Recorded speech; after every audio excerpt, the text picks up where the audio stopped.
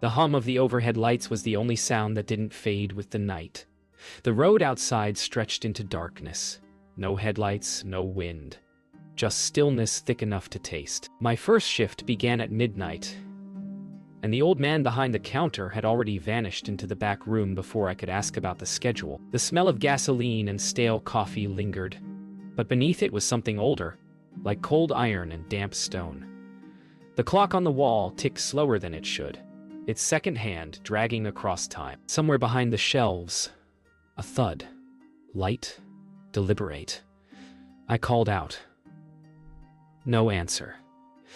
Then, from the back corridor, the door, leading to storage, creaked open just enough to breathe a draft of air that didn't belong here. I could have sworn the whisper that followed was in a language no one had spoken for centuries. I told myself the sound was nothing. A rat, the pipes, maybe the wind slipping under the siding. Still, every instinct screamed that something waited past that door.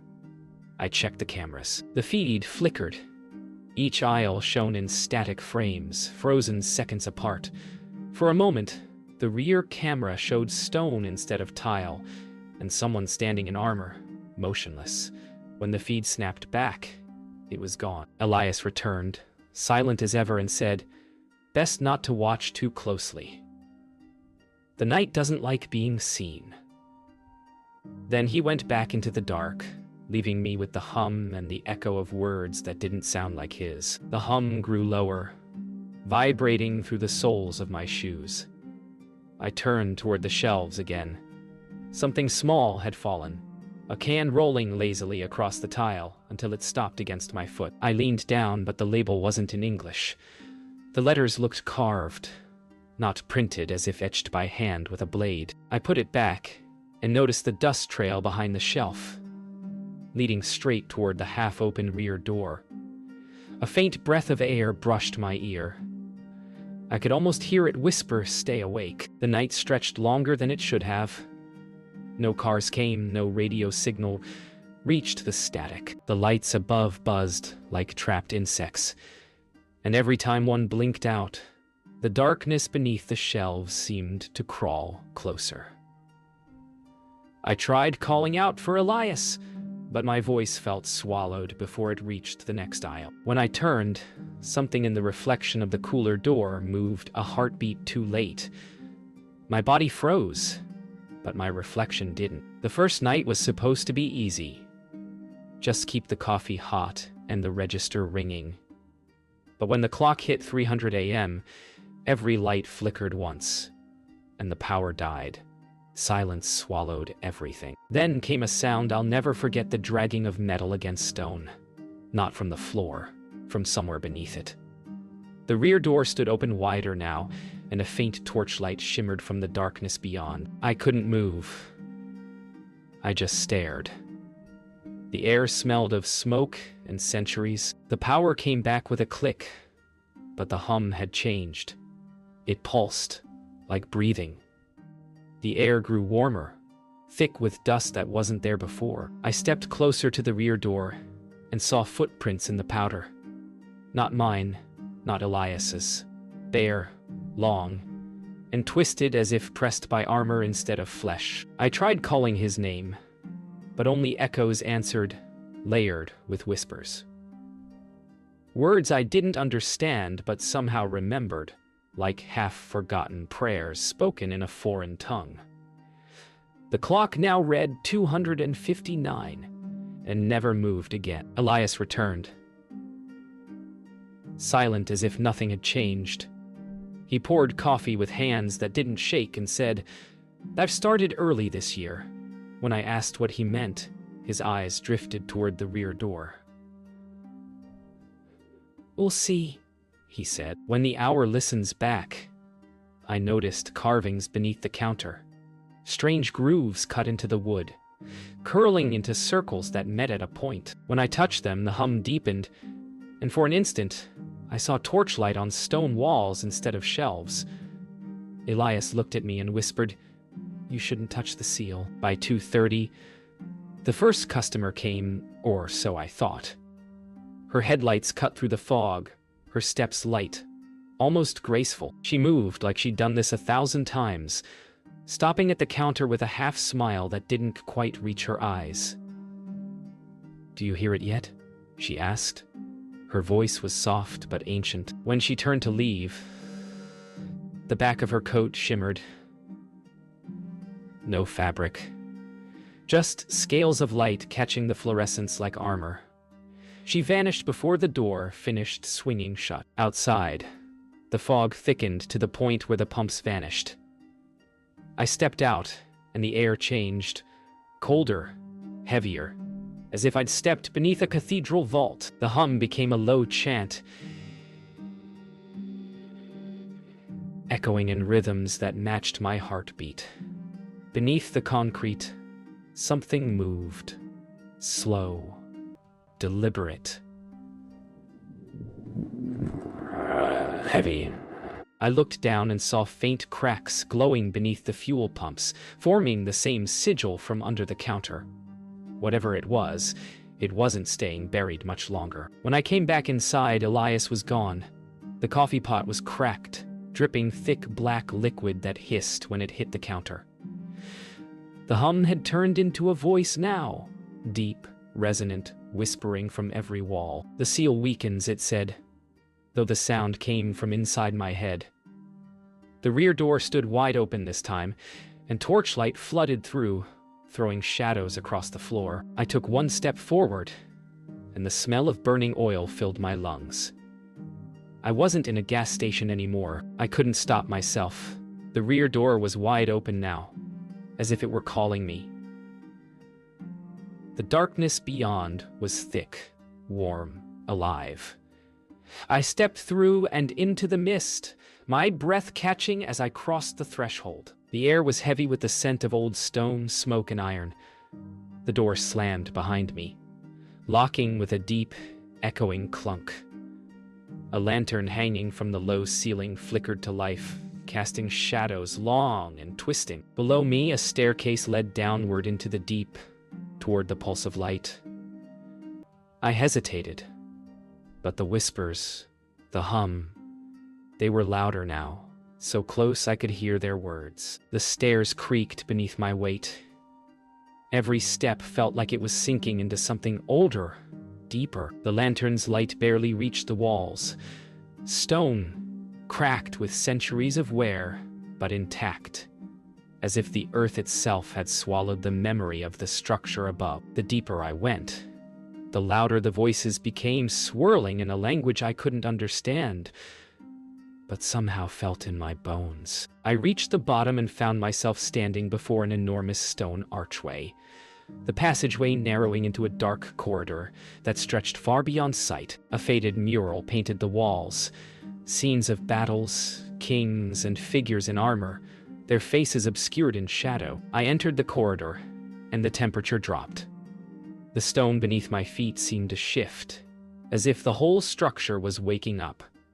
There was a weight here, a presence that pressed in from all sides. I passed through another archway and found a room. Not just a room, but a chamber. Enormous, lined with statues that seemed to watch me as I moved. In the center stood a massive stone door, its surface etched with intricate symbols. A faint, pulsing light came from beneath it, like something trapped inside. When I touched the door, the ground trembled. A deep, resonant groan, as if the place itself were groaning in its sleep. I had heard the stories. They whispered about a gate, an old sealed door that linked worlds. They said it was buried here, under the gas station, under the earth itself, forgotten by time, but never broken. I turned back, showed Vive, never touched that door. But when my fingers met the symbols, I saw something that shouldn't have been possible, a figure standing behind the door, cloaked in shadows, wearing the full armor of a knight. The warden. He stepped forward as if drawn by my touch, his eyes glowing beneath the visor. The whispers grew louder, and in my mind, I could hear him speak. "You've awoken the gate. It is too late to close it. The warden did not speak in words, but his presence filled the room, the space, my mind. I tried to step back, but the air had thickened, solidified. The statues of knights that lined the walls. They weren't statues anymore. They moved, slowly, turning their heads toward me. I froze, unable to breathe, and the warden stepped closer, his metal boots scraping against the stone floor. "The door is open," he intoned, his voice hollow, as though it came from the depths of the earth. "You are the key." I couldn't move. The warden stood before me, an impenetrable figure of ancient armor and rage. The air was thick with smoke, as though the very walls were burning, yet nothing moved. The ground trembled again, and the statues, those knights in stone, shifted, their eyes following me. The warden spoke in a voice that was both everywhere and nowhere, like the shifting of leaves in a storm, the rumble of distant thunder. "You awaken the ancient pact," he said, "and now you must pay the price." His hand lifted, pointing to the door. The stone began to crack, the seal breaking apart with a sharp echoing sound. The door opened fully, revealing the abyss beyond. I stepped back, heart pounding in my chest, but the warden's gaze never left me.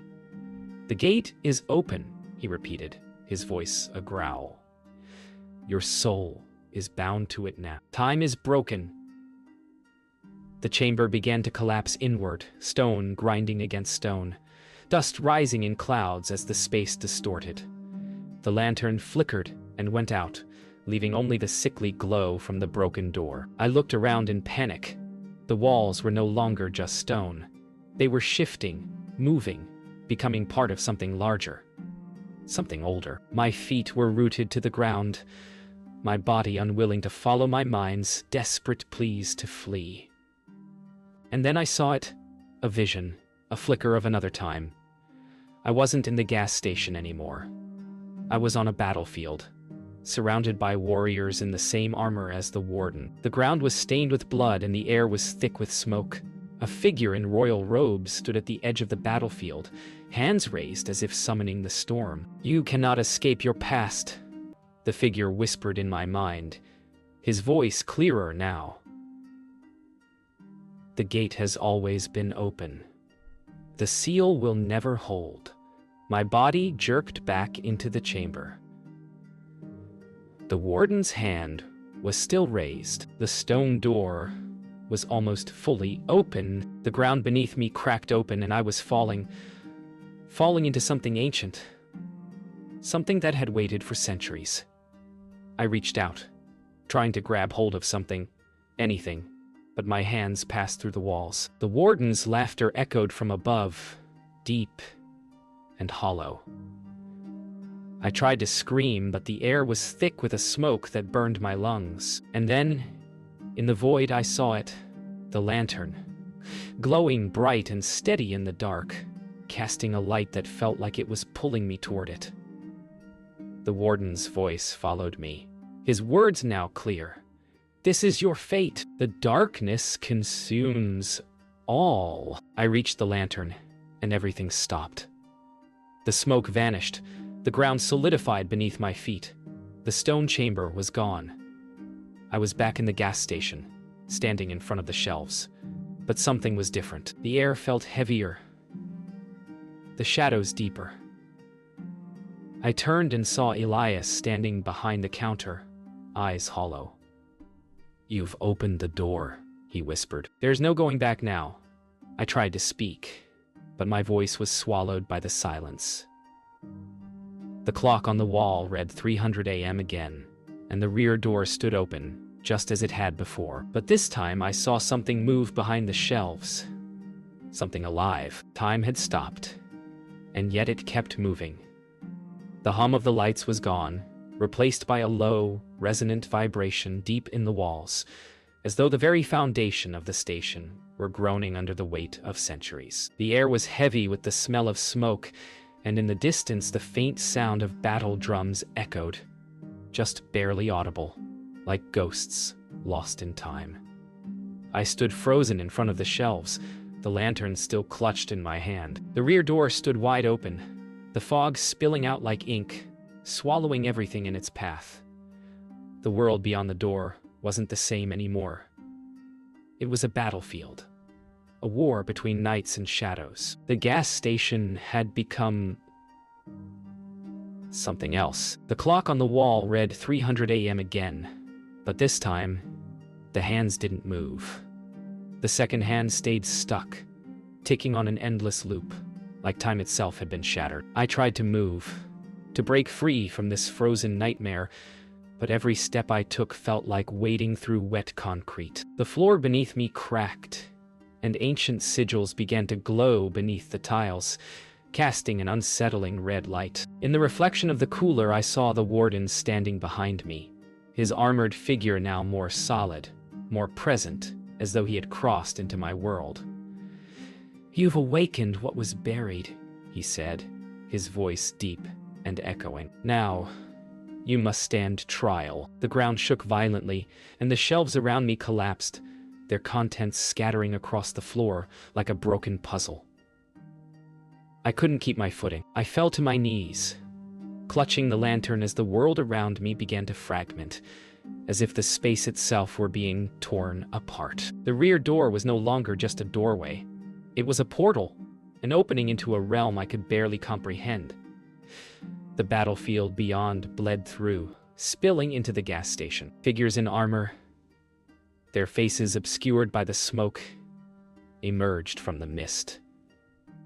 I could hear the clash of swords, the screams of dying men, and the heavy thud of armored feet hitting the earth. "It is time," the warden's voice boomed, his words cutting through the chaos. "The hour of collapse has come." I couldn't escape. I tried to run, but the space kept warping, bending in on itself. The walls stretched, pulling inward like the maw of some ancient creature. The warden stood at the center, his eyes glowing behind his helmet, his hand raised toward me. "You cannot escape the past," he said, his voice cold as iron. "It follows you, binds you, and you will serve it." The gas station was no longer a place of work. It was a prison, a bridge between worlds, and I had crossed it. The figures in armor were closing in, their eyes empty, their movements robotic. They were coming for me. I had to face it. The warden's words echoed in my mind as I realized that there was no running, no escape. I had opened the gate, and the curse was now mine to bear. The figures in armor surrounded me, their faces still hidden, but their presence suffocating. I could feel the weight of their gaze on me, their judgment. They were part of me now. "The seal is broken," the warden intoned, his voice growing louder, deeper. "You are the gatekeeper now. The hour of collapse has come for you." And with that, everything came crashing down. The world fractured, and I fell deeper into the abyss. I couldn't move. The gas station had stopped existing in any logical sense.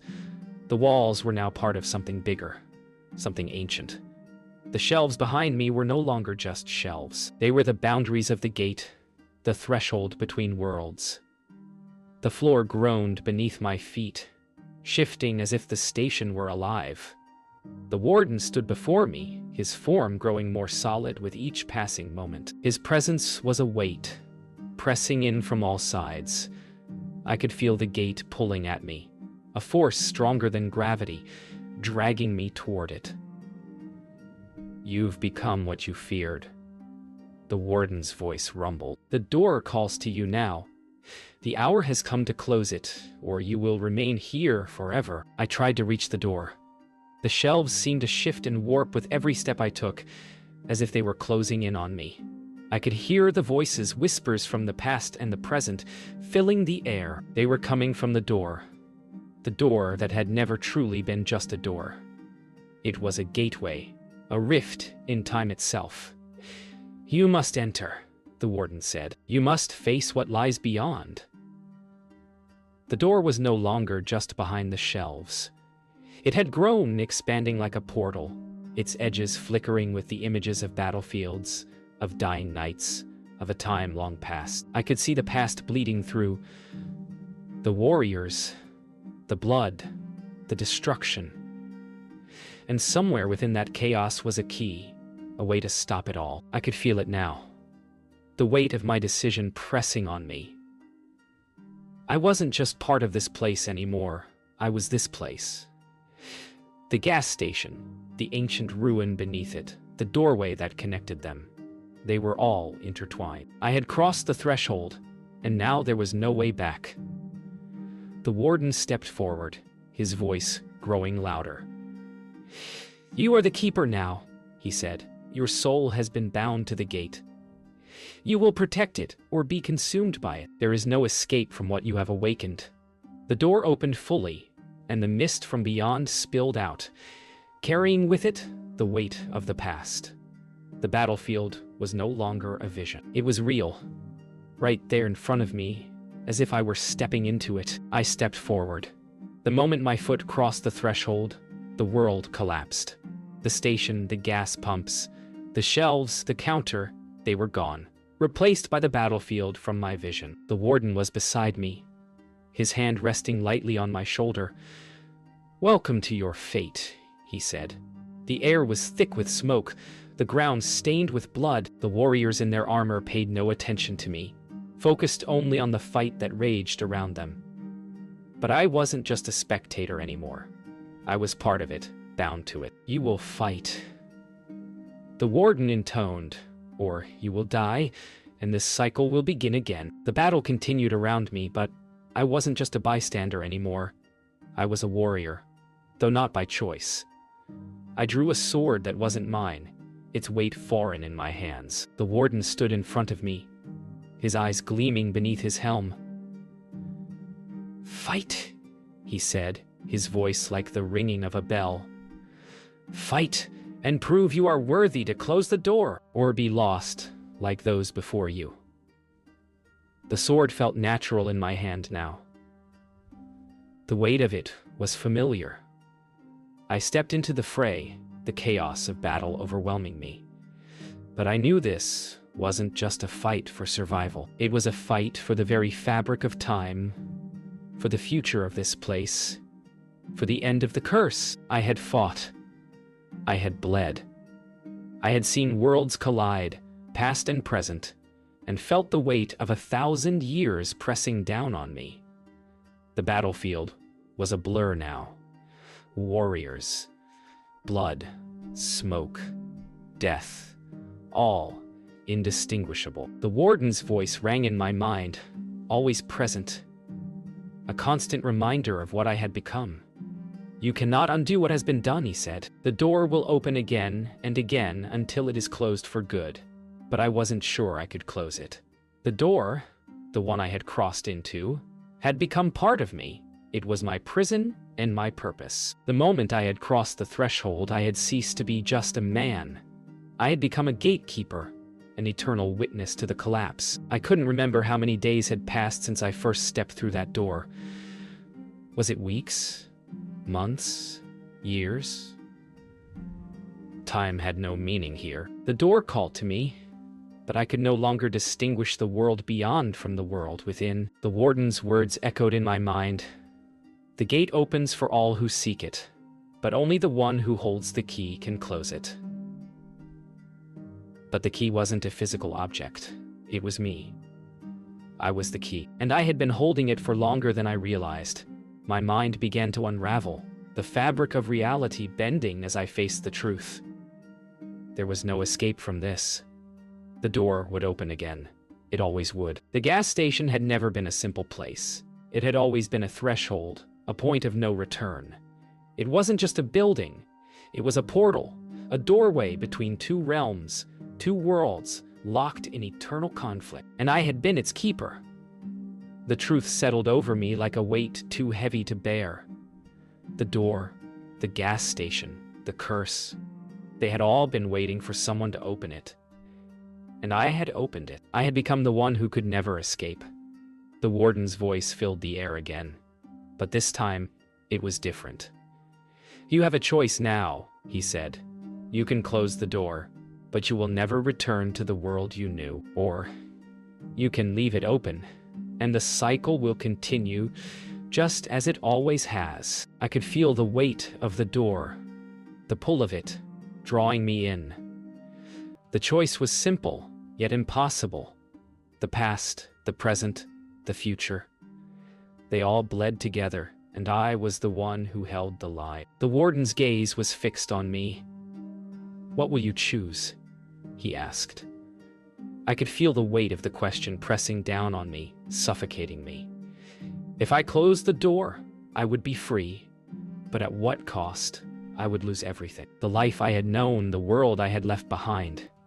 And yet, if I left it open, the cycle would never end. The darkness would continue, and I would be trapped in it forever. Mine. I stepped forward. The door's light enveloped me, but it wasn't the warmth I had expected. It was cold, suffocating, as though I were stepping into the heart of the curse itself. And yet, there was a sense of peace, a stillness that I hadn't felt in years. I knew then that I had made the right choice. The door began to close slowly, the light dimming, the battlefield fading away. The warden's form flickered, his presence slowly dissolving. He was no longer the force that haunted me. He was just a memory. The curse would end, and the door would close forever.